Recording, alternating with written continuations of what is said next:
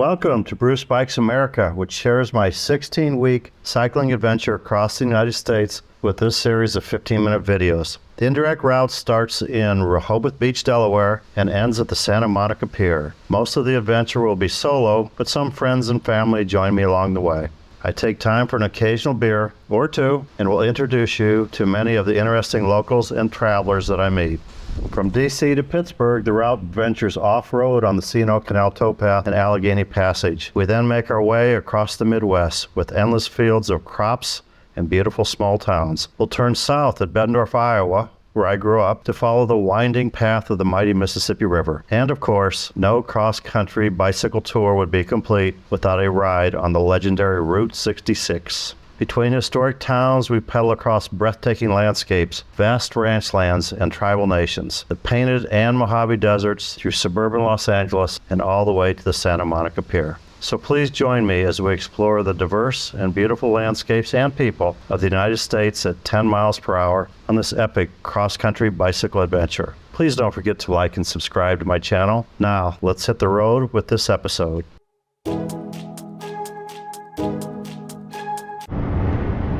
Now that my 3,800 mile journey is over, it's kind of different not to have to pedal in the morning, but one of the most common questions I get is what's in the bags and what I carried and how my bike's laid out. So I'll do that in a couple segments. Just kind of the general layout. This orange Sea to Summit bag in the front is a dry bag that has pretty much all my clothes in it. And then it has a Vejo Negra holder that'll hold it. And then I have a separate little pouch here, and this pretty much has my rain gear. I do have some phone charging equipment in there and extra sunglasses. I'm going to skip over the cockpit for right now. This bag here, pretty much from Rogue Panda, has all my tools, my spare tires. This is a belt drive and not a chain drive, so I do have a spare belt in here. Just kind of all the tools I might need. And then on this side is a map pocket, so that's where I kept my maps. And then in the back I have this saddle bag. On the right side in the big pouch is kind of my electronic area. Had a computer, a drone, and some other electronic gear. And this I called my power pocket because it had both power banks for the phone. I had a little bag of 2 or 3 extra charged power banks all the time, and I also had power bars, so I had my Kind bars and Clip bars and that kind of stuff. So that was called it my power pack. And then I just had some water shoes here. I usually had sunscreen there, which I don't know where it went, but and then on the left side of the saddle bags, I pretty much, that's not normally there, I pretty much just had another bag that just had all my miscellaneous, everything from razor to toiletries to sunscreen to bug spray to anything I need. And then on this other side pocket I just had the cover because this saddle bag is not waterproof, it's water resistant. I had that, and then I just had bungee cords, rubber bands, carabiner clips, just miscellaneous belay straps that I might need. This here would be all my camping equipment, so it has my bivy tent, my air mattress, my quilt, a few other miscellaneous items I didn't use very often. I kind of stuffed those in the back if I didn't think I'd need them. On top of that, this is my solar charger, which worked great. I had enough power banks, I really didn't need to charge for 2 or 3 days. But if the few times I did, this power charger works pretty good. This is just my bright vest. And then of course this cargo net to hold all that together. So this bag is strapped to it, and then the cargo net is a double security for the bag and holds the power bank. This was my primary water if I just stopped on the side of the road and drank. I at one time had nice water bottles. I lost those probably in Missouri, and I've just been using old Coke bottles and old Gatorade bottles, and they work fine. So that was my primary water. This is my primary water if I was actually riding on the saddle. And then this is my backup, which I get into every day. I pretty much just use those 3. I had an emergency water here that I mean, that's from a New Mexico casino. I don't think I ever used it the whole trip. And then I also always had an emergency water here. That water's probably a month old in there. And then that did it. When I went across the Mojave, I went ahead and had some extra water just on there, although I had support in the Mojave from Ed and Brian and Matt, so I really didn't need it there. And that's the basic bike. I'll go over the cockpit in a second.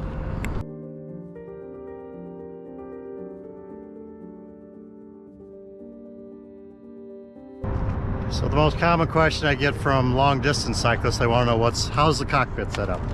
So my cockpit's a little bit different. The most obvious difference is I took a pair of aero bars off my road bike, I flipped them upside down and then slid them vertical.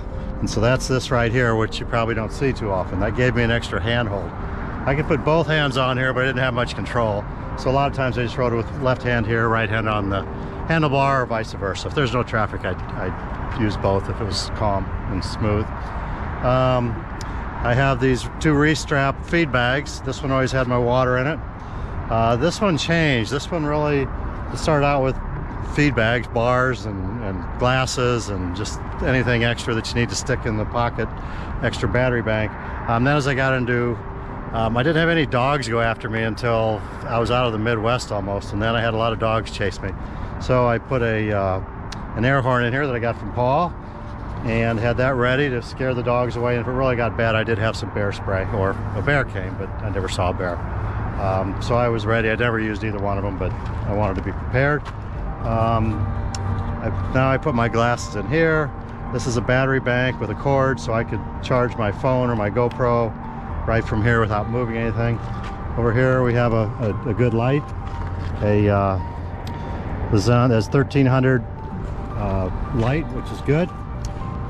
This is a homemade PVC contraption that holds my GoPro. So the GoPro sits up here, the GoPro in my hand, and then as I'm pedaling along, I can just grab it and shoot and put it back in immediately. If I was doing a time warp or a long video, I could also just strap it to the bar, and that would hold it up and keep it nice and steady for me. And that's just held in with volet straps.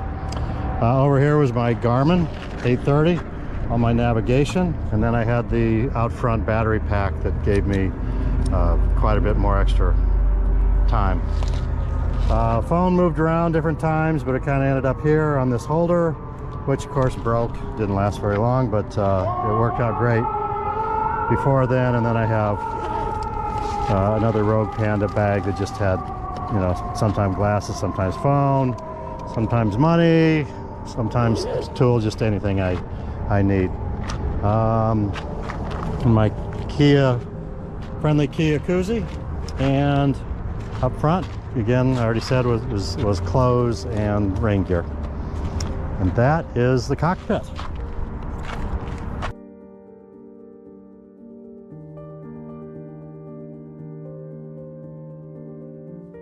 So the other question I get asked a lot is how I'm running the drone while I'm riding the bike.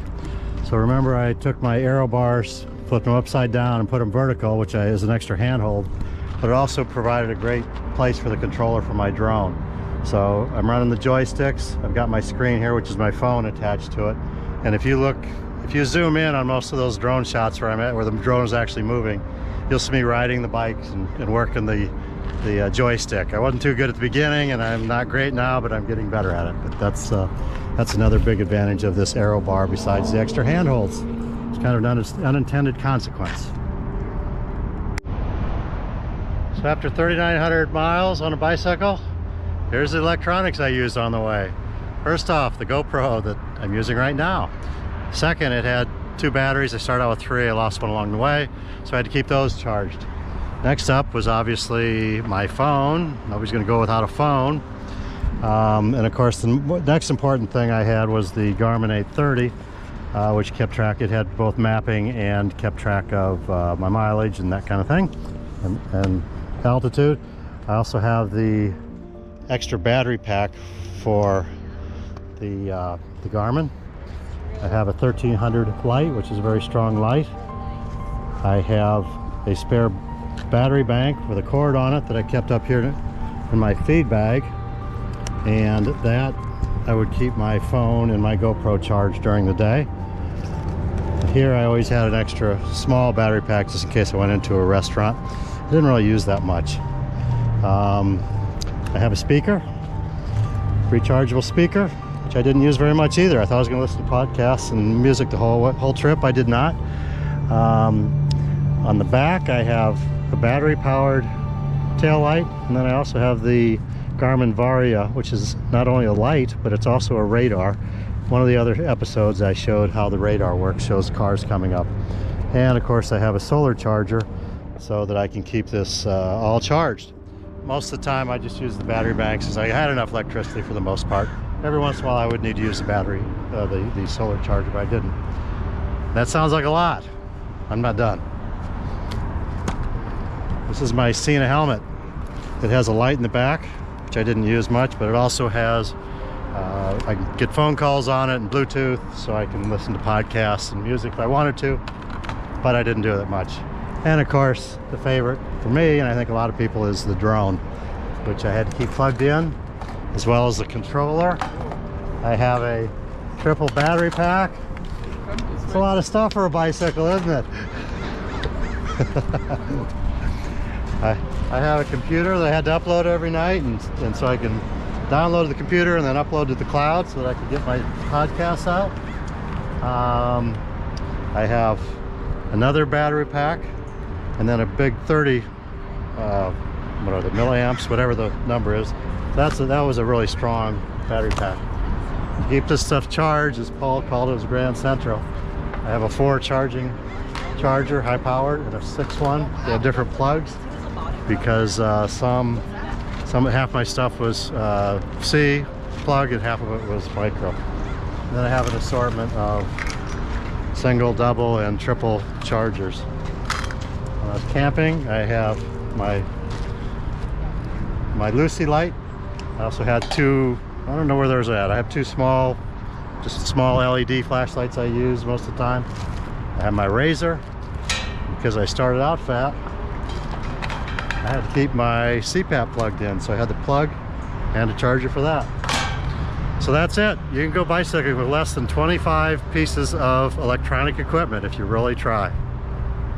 But anyway, that's the electronic setup for a 3,900 mile, 111 day trip. Then here in beautiful, sunny Santa Monica, California. And there's the pier with the Ferris wheel where I finished up.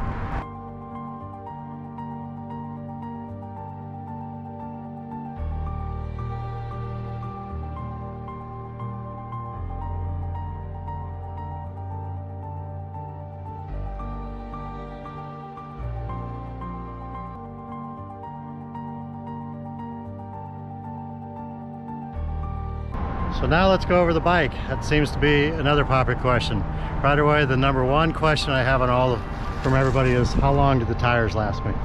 These are the tires, the road tires that I bought in Pittsburgh, and they're fine. They can go further. I did have knobby tires from when I started in Delaware to Pittsburgh because I was on off-road, rough road, but I changed in Pittsburgh. Those tires lasted the entire trip. This is the Priority 600X. It's made in New York City. They mostly, I think, started out doing commuter bikes that were built like tanks, and then they kind of got into the fleet stuff for bikes built like tanks for hotels and that kind of thing. And now they're into the adventure cycling thanks to a partnership they have with Ryan Van Duzer, who's an awesome, if you want to see some fun bicycle travel videos, watch Ryan Van Duzer. But the biggest thing that's unique about the Priority is the belt drive. The belt lasts 3 to 4 times what a chain does. It has no grease or oil to change. I don't have to clean it or keep it lubed. It doesn't have a derailleur sticking out, which on a long trip like this, there's a good chance it would get busted or broken. So it's just pretty much bulletproof. The bike is aluminum, but it's not that light. It's 34 pounds. My road bike is 18 pounds. So it's just heavy duty. It does have shocks, which of course add weight, and bigger wheels, heavier wheels. They're 29-inch wheels. It has disc brakes in the front and rear. Both, I had to replace both of them, one right before I started and one in St. Louis, because I don't know, they weren't, the shop said they were just defective. So anyway, that I did replace the brakes, but that was it. It has lots of attachment points to attach these bags. The bags don't come with it, I had to buy those separate, but it has attachment points for them to put the bottles on both sides. I can put bottle cage here. You can see this is the pinion gearbox. It's a 12-speed gearbox, which I control up here. And you can actually change it while it's not moving, which is kind of unusual. And then of course it's the Gate carbon belt. And Gates has been making belts forever, and obviously they work on motorcycles and everything else. It does sit more upright than my road bike. I added, and that's because of the handlebars and just the geometry of the bike. I did add, took these arrow, but this is kind of unusual. I took this arrow bars off of my road bike. I flipped them upside down so that this curved this way, and then I put them vertical so I had an extra handhold. So when I'm cycling along, you don't want to be in the same position all day. I often would grab this with both hands, which wasn't much control, or I'd put one hand here and one hand up here. And that's basically the main points of the bike.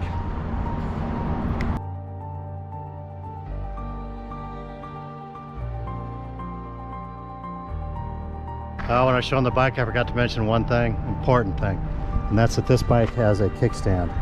Even though a lot of road bikers, and we wear tights so we don't have much room to talk, we make fun of people with kickstands, it is a godsend. It is great. If I want to check, I had brakes dragging for quite a while, especially through Missouri and before. And if I want to do it, I just put my foot here, lean back, and I can spin this wheel, and I can see that the brakes aren't dragging. And what I didn't realize until halfway through the trip, after many flat tires in New Mexico, and it's probably obvious everybody knew but me, I just put the kickstand down, and I can just lean the bike against the tree, and now this is completely free to take the wheel off, change the tire. Why it took me 1,000 miles to figure that out, I don't know. I didn't have any flat tires, is part of the reason. I started getting all the flats, didn't start getting them until later on, especially in New Mexico. And that's the bike. That's the after 3,800 miles and 111 days. Here in the finish point of sunny Santa Monica. So now that the adventure is over, people are asking what my clothes were for 111 day, 3,900 bicycle trip. And this one's going to be a short one because I didn't bring a whole lot. As you know, I wore this orange shirt most of the time. It's a Showers Pass t-shirt. It's merino wool, which does not stink, and I can't believe it didn't work. I wore a lot of tech shirts and wicking shirts for different athletic things, and you sweat and they dry. But merino wool does not stink. I might stink, but the shirt doesn't. They're about $75 a piece, so they're not cheap, but they're worth it if you don't want to stink. I also had 11 pine shorts, padded shorts, that were separate without pockets, and then I had a pair of 11 pine shorts with pockets, several pockets, zipper pockets. I pretty much had the same setup, but in the dark blue, same shorts, or same under padded shorts, then a different pair of shorts, but similar idea. For night, I pretty much just, I also had the same Showers Pass long sleeve, and that's what I wore at night with gym shorts and a pair of underwear. And that's what I did for most of the trip. I did have a swimsuit, which I didn't use much. I could have just used swim shorts. I also had some long pants that I brought with me, didn't use until I got to New Mexico. And then also I bought this extra purple one, which kind of ended up being my extra one. When it did get cold, especially when I hit the end of Oklahoma and New Mexico, when it was 16 degrees, I would double up, wear the purple one and my night shirt, or I would occasionally use the purple shirt when I was riding. Also, my friend Bill Rogers came and visited me in Albuquerque, and when it was colder than heck, and when he left me a sweatshirt, which I used, and he also left me just his wicking long sleeve tech shirt, which I used quite a bit through New Mexico and Arizona when it was so doggone cold. And I just had a little laundry bag that had my socks, and for that's pretty much the whole amount of clothes I had for 111 days, 3,800 miles. thank you for watching Bruce Bikes America. In a way it's humorous, but in a way it's sad too. But as I go across the country, everybody realizes I'm riding my bike across the country or doing some big adventure. And you come to the California city and you have all your clothes laid out on a bench. People look at you a little different. They think you're homeless. But so yeah, it was interesting just doing that little video segment.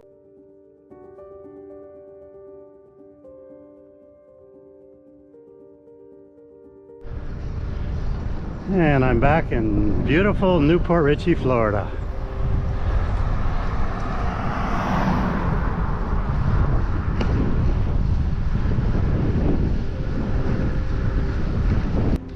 This ride has been a fundraiser for the Lighthouse for the Visually Impaired and Blind in Pasco, Hernando, and Citrus County, which is just north of Tampa area.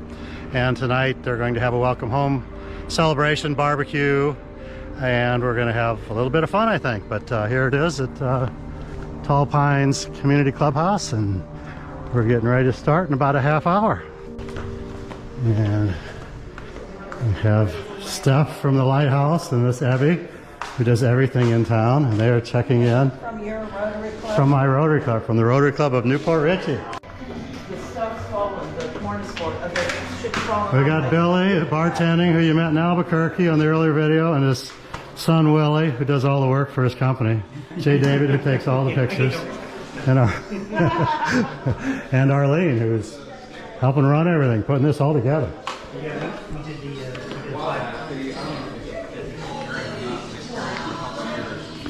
We have a table over there for the Lighthouse for the blind, going to display their things and do some demonstrations of what it's like to be blind or vision impaired. And we have our Derek, who's helping with all the video and audio and the tech stuff. He's also the incoming district governor for our Rotary District in Tampa for the St. Pete, Clearwater, Newport Richey area. We're ready to start soon. People should start coming in.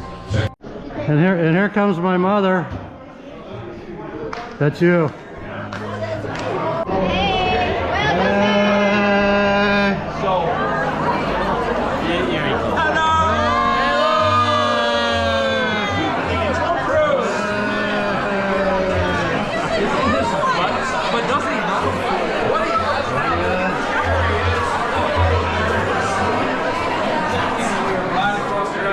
There's our MC.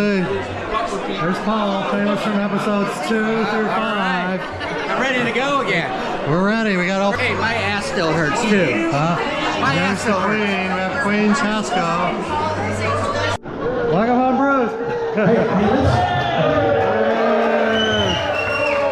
As my journey across the United States is coming to the end, I wanted to introduce you to the Lighthouse for the Visually Impaired and Blind in Newport Richey, Florida. It's an organization that I've been on the board of directors for about 16 years, including a stint as president. The Lighthouse mission is to educate, empower, and employ people who are visually impaired and blind. Their programs include all ages, beginning with babies. Just imagine the challenge of being the parent of a blind baby. Children's programs give children the skills to adapt in school. There are many social activities, including the very popular beeping Easter egg hunt. Teen programs include 5-week summer camp and a prom. Adults are taught independent living skills, such as how to cook, how to use a white cane and navigate, how to manage money, for an example, so you don't give a store clerk a $1 and know it's not a 20. Everyone enjoys the sensory gardens, which include specialized playground equipment, a variety of plants and varied walking services, and the miniature lighthouse that isn't so miniature. We have employment programs to encourage companies to employ the blind, and also our own fulfillment center where we repackage items like batteries and trash bags. I welcome your donations, and the link to the Lighthouse is on the screen now, where you can click on my sweaty picture while it's up, or click on their donate page. Bruce Bikes America has raised over $20,000 for the Lighthouse for the Visually Impaired and Blind. And I just wanted to thank everybody for all your donations that you've given me, as well as those that haven't given yet but plan to and will. The first one was probably Eddie Beckman, who only donated because he lost a bet because he said I couldn't make it across Delaware. I'm definitely glad I collected on that one.